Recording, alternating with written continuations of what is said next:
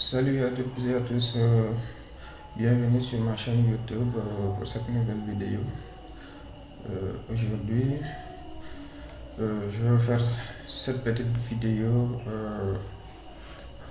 pour vous montrer comment paramétrer le logiciel saisie de caisse décentralisée. Avant tout d'abord, cette saisie de caisse décentralisée est un des produits du logiciel Sage, notamment comme la gestion commerciale, la comptabilité, la Sage Pay. Donc, la saisie de caisse décentralisée est un outil très performant, très puissant, qui regorge pas mal d'outils qui va vous permettre d'automatiser la gestion au niveau de la caisse. Donc c'est un outil très important au niveau de au niveau de la gestion. Donc, mais qui est orienté notamment au niveau de la gestion de la caisse. C'est-à-dire, imaginons que vous avez soit un supermarché dans lequel vous disposez de 2 ou 3 caissiers qui seront chargés d'encaisser, d'effectuer la gestion au niveau de la caisse.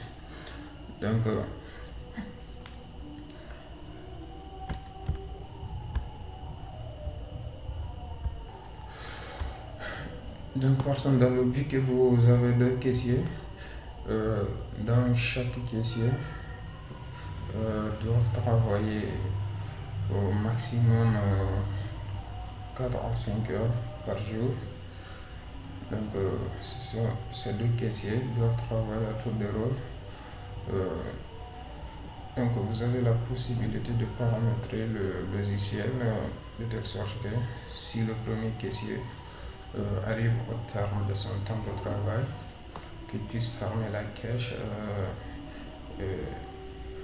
que le second puisse prendre le relais sans autant qu'il y ait interruption au niveau de la caisse. Donc sans plus tarder, nous allons passer au paramétrage du logiciel. Donc avant tout d'abord, vous devez aller au niveau du menu fichier, ouvrir un fichier de gestion commerciale. Donc c'est un fichier la saisie de caisse décentralisée. C'est un logiciel qui est rattaché au niveau de la gestion commerciale, parce que tout simplement la gestion des produits, soit l'achat, la vente de produits, se fait au niveau de la gestion commerciale. Donc quant à la saisie de caisse, elle s'équipe uniquement au niveau de la caisse. Donc c'est un logiciel qui est rattaché au niveau de la gestion commerciale. Donc dans un premier temps, si nous ne disposons pas d'un fichier de GESCOM, nous devons le créer pour un devis. Si nous disposons déjà un fichier de gestion commerciale, nous devons ouvrir ce fichier. Donc, pour ce qui est de mon cas, j'ai déjà un fichier GESCOM déjà paramétré qui est là. Je vais l'ouvrir, dans lequel j'ai effectué la création des articles, famille d'articles, ainsi de suite, le stock pour pouvoir effectuer les ventes. Donc pour se rassurer, je vais faire un inventaire pour voir s'il y a quelque chose au niveau de mon stock. Donc là, je constate que au niveau de mon stock, par exemple, au niveau de la table 3X, j'ai une quantité de 8 crème, il n'y en a pas. 8 5 litres, j'ai 12 cartons. Javel, carton, j'ai 47. Au niveau de sucre, 50 kg, j'ai 110 sacs au niveau de mon stock. Donc à partir de là, au niveau de la caisse, je peux effectuer les ventes au niveau de la caisse du fait que je dispose déjà un stock au niveau de mon fichier gestion commerciale. Ok, donc là je vais revenir au niveau de ma caisse. Je vais aller au menu fichier, je vais faire ouvrir. Donc ça, voici mon fichier GESCOM. Donc je vais ouvrir ce fichier. Voilà.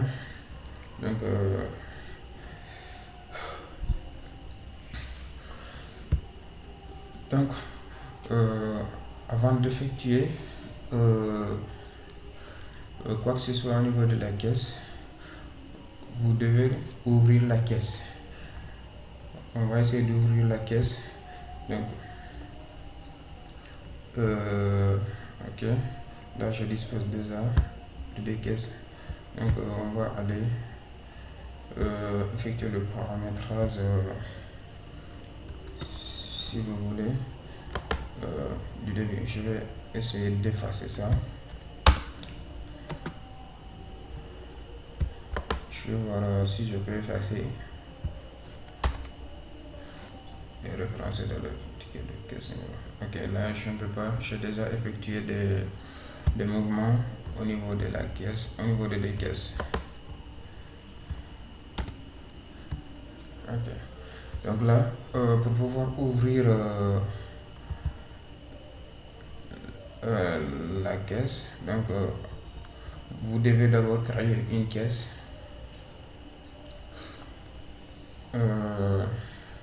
Donc c'est ce qui fut fait pour moi. Donc j'ai déjà créé une caisse. J'ai appelé cette caisse numéro 1, caisse 1, dépôt magasin. J'ai choisi le dépôt principal, vendeur par défaut, caissier par défaut. Tout ça on peut le renseigner par défaut. On peut encore le laisser ces cases vides. Tout ce qui est obligatoire à ce niveau, je dirais c'est l'intitulé, le dépôt de magasin, le client de vente comptoir. Parce qu'à ce niveau, par exemple, si je fais ça, si je tente de rentrer, on me notifie que le dépôt magasin est obligatoire. Donc, je dois le renseigner de façon obligatoire. Donc là, je vais prendre le dépôt principal.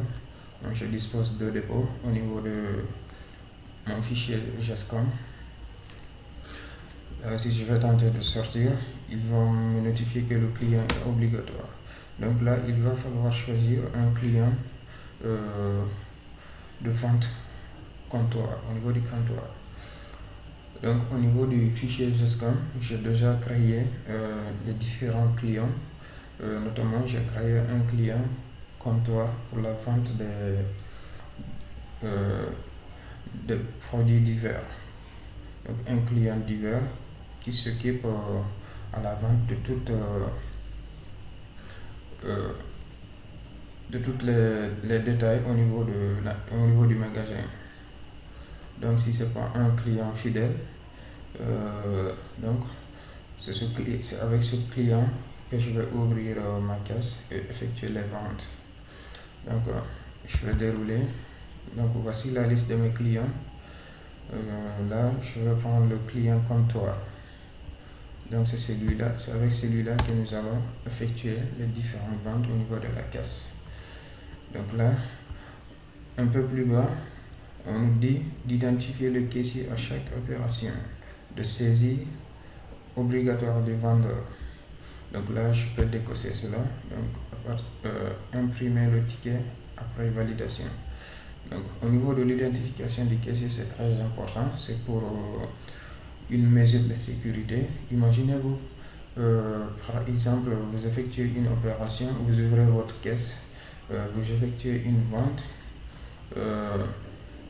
Après avoir effectué la vente, vous vous déplacez un peu, vous laissez votre caisse ouverte. Donc, si par malheur une personne de mal intentionnée vient à votre insu trouver votre caisse ouverte, donc il pourra effectuer de n'importe quoi et salir votre nom. Donc les conséquences, c'est vous qui les endosserez. Donc au niveau de l'identification du caissier à chaque opération, c'est très important. Donc à partir de là, si vous effectuez une opération, une fois que l'opération est terminée, la caisse va automatiquement se verrouiller et demander à ce que vous vous identifiez, donc pour pouvoir y accéder à nouveau à la caisse. Donc c'est très important de cocher cette case. Donc là je vais le cocher. En plus, ensuite imprimer le ticket après la validation du ticket. Après la validation du ticket, on doit imprimer le fichier, le ticket. Donc là, au niveau de l'onglet caissier, donc là, ce sont mes différents caissiers. Donc, pour créer les caissiers, donc il va falloir se rendre au niveau du fichier. Non, par exemple, non. Ok, au niveau du structure, les collaborateurs, effectuer un clic droit, ajouter un nouveau élément. Donc, pour créer vous devez créer un collaborateur. Par exemple, je vais lui appeler, son nom je vais lui donner comme bas. Donc, c'est ce qui est obligatoire. Donc, au niveau du profil, il y a le profil vendeur représentant, il y a le profil caissier, profil acheteur réceptionnaire. Donc là je vais cocher par défaut, c'est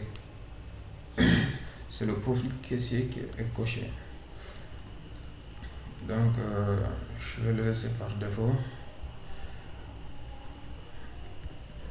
On peut attribuer ce caissier à une caisse. Par exemple, nous disposons déjà une caisse. Donc nous pouvons attribuer ce caissier bas à la caisse 1, ou on laisse ça par défaut. Donc là je vais sortir. Donc le caissier est déjà créé, le voici. Voilà. Maintenant nous avons nos collaborateurs ou les caissiers créés. Nous avons la caisse qui est créée. Donc à partir de là, nous pouvons ouvrir la caisse et effectuer les opérations. Donc là je vais ouvrir l'ouverture du caisse à telle date, telle heure, la caisse. Donc si vous disposez de 2 ou 3 caisses, elles vont tous s'afficher ici, et c'est à vous de choisir la caisse à laquelle vous voulez effectuer les opérations. Donc le caissier, son nom. Donc nous avons différents noms, nous avons Liu, ainsi de suite. Ce sont les 2 caissiers que nous avons.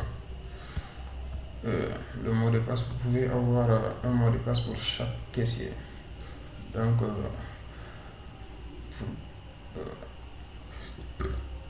et un peu plus bas, vous pouvez effectuer une déclaration du fonds de caisse. Donc par exemple, si le premier caissier épuise son fonds et il ferme la caisse, et que vous qui prenez le relais, vous venez vous trouver par exemple il y a 2 millions au niveau de la caisse. Donc c'est à partir de là que vous devez déclarer ce fonds au niveau de la caisse, au niveau de votre caisse. parce que vous avez déjà trouvé une caisse qui n'est pas vide, donc vous devez déclarer en premier lieu ce fonds de caisse. Donc lorsque vous cochez celui-ci, donc il va vous permettre de faire la déclaration de ce fonds. Donc pour l'instant, moi je ne vais pas déclarer, je n'ai pas un fonds à déclarer au niveau de la caisse, donc je vais cliquer sur OK. Voilà, donc nous voici au niveau de l'interface de la caisse. Donc à partir de là, nous pouvons effectuer les différentes ventes, les différentes opérations que nous voulons. Là, je dispose déjà de stock au niveau des produits au niveau de mon stock. Donc je peux commencer à effectuer les ventes. Donc là, je vais par exemple vendre un sac de sucre.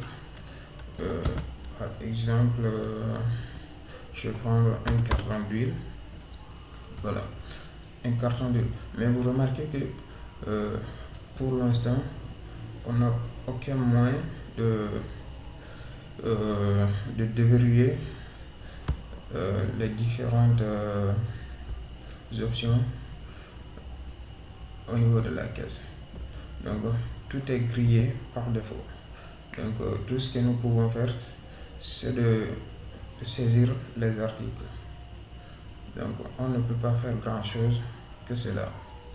Donc pour pouvoir effectuer les modifications, soit annuler un ticket, imprimer, valider, donc il va falloir paramétrer l'écran de caisse. Donc pour cela, nous allons nous rendre au niveau du menu fichier. Je vais fermer ça d'abord. Voilà. Je vais aller au menu fichier. À propos de votre société, je vais descendre un peu plus bas au niveau de l'organisation. Au niveau de l'organisation, vente au comptoir. Donc à ce niveau, nous devons définir notre écran de caisse. Donc par exemple, au niveau de l'intitulé, je vais l'appeler par exemple écran. Au niveau du modèle d'écran, par défaut c'est l'écran 1. Donc c'est l'écran par défaut qui a été créé au niveau de la caisse. Donc avec cet écran, vous ne pouvez pas faire de modifications au niveau de la caisse. Donc pour pouvoir effectuer des modifications, par exemple, si je laisse ça par défaut, je valide. Je reviens au niveau du vente au comptoir. Voilà, je vais recommencer l'opération. Huile 5 litres. Donc jusqu'à présent, je n'ai aucun moyen de contrôle. Donc cela est dû du fait que c'est l'écran par défaut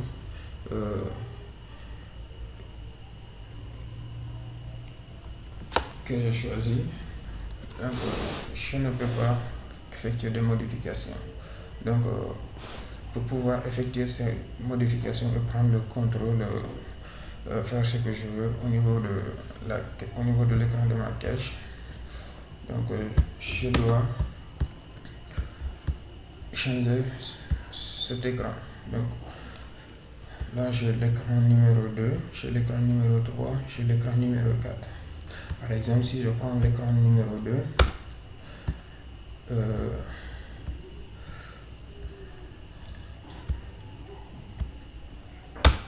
écran numéro 2, voilà.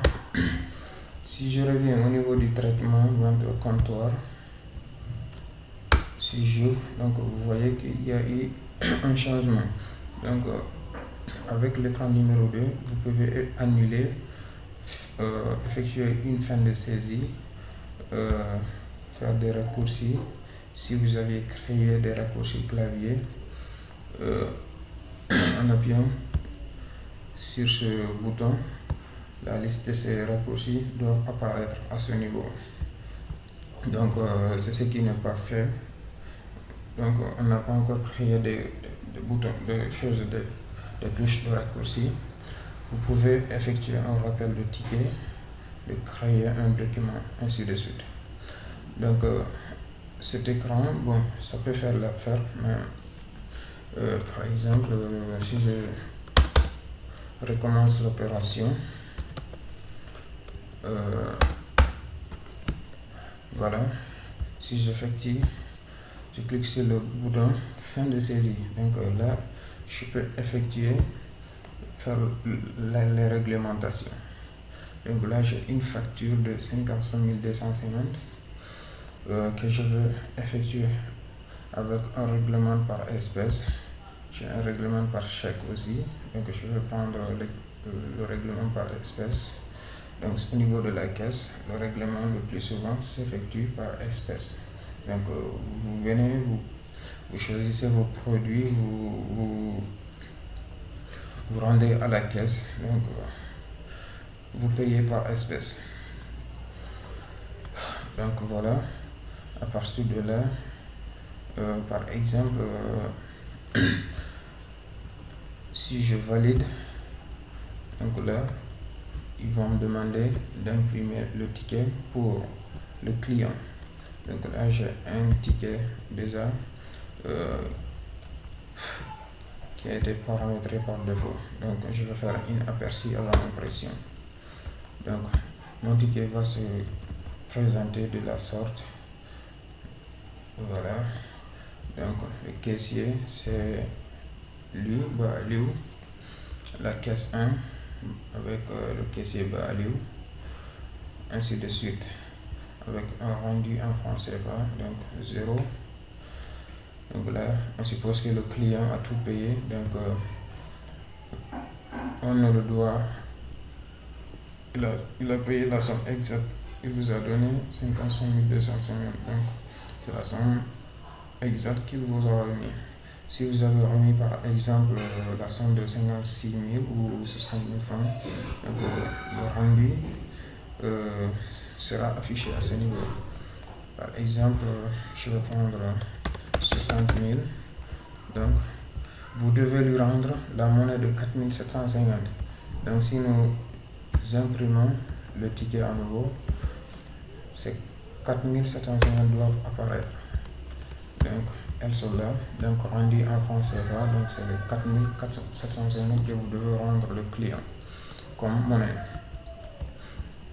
Donc moi je vais prendre 55 250, donc il n'y aura pas de rendu. Je vais valider. Je vais imprimer. Voilà. Donc je vais lui donner un nom.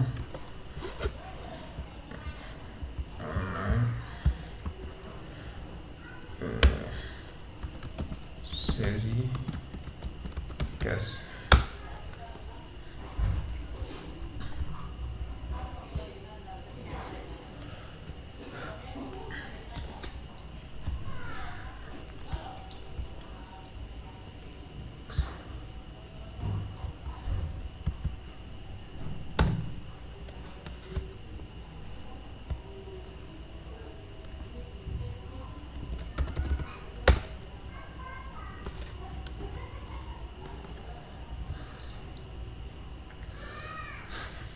Ok. Donc là, l'opération a bien réussi.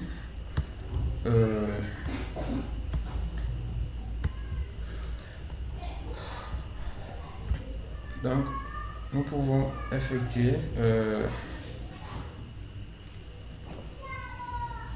vérifier le mouvement, effectuer le contrôle du caisse, interroger la caisse.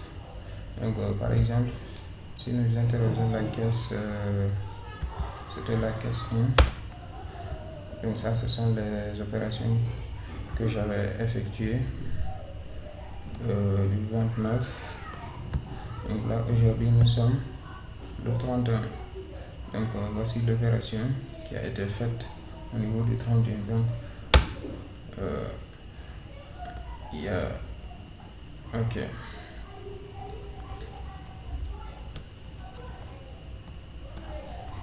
Le 31, il y a la date, le vendeur, c'est pas renseigné. Il y a le montant de 55 250, règlement facture. Ok.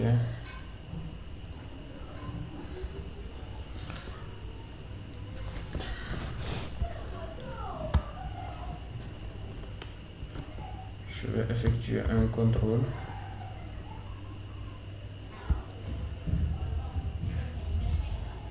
Voilà ce qui s'est passé. Donc là auparavant j'avais déclaré un montant un fonds de caisse de 2 millions. Règlement. Voilà. Donc ça, ce sont les différentes opérations que j'ai eu à effectuer au niveau de ma caisse.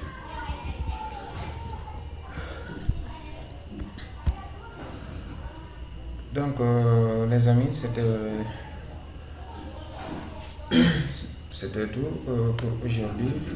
C'est ce que je voulais partager avec vous en ce qui concerne le paramétrage du logiciel saisie de caisse décentralisée. Donc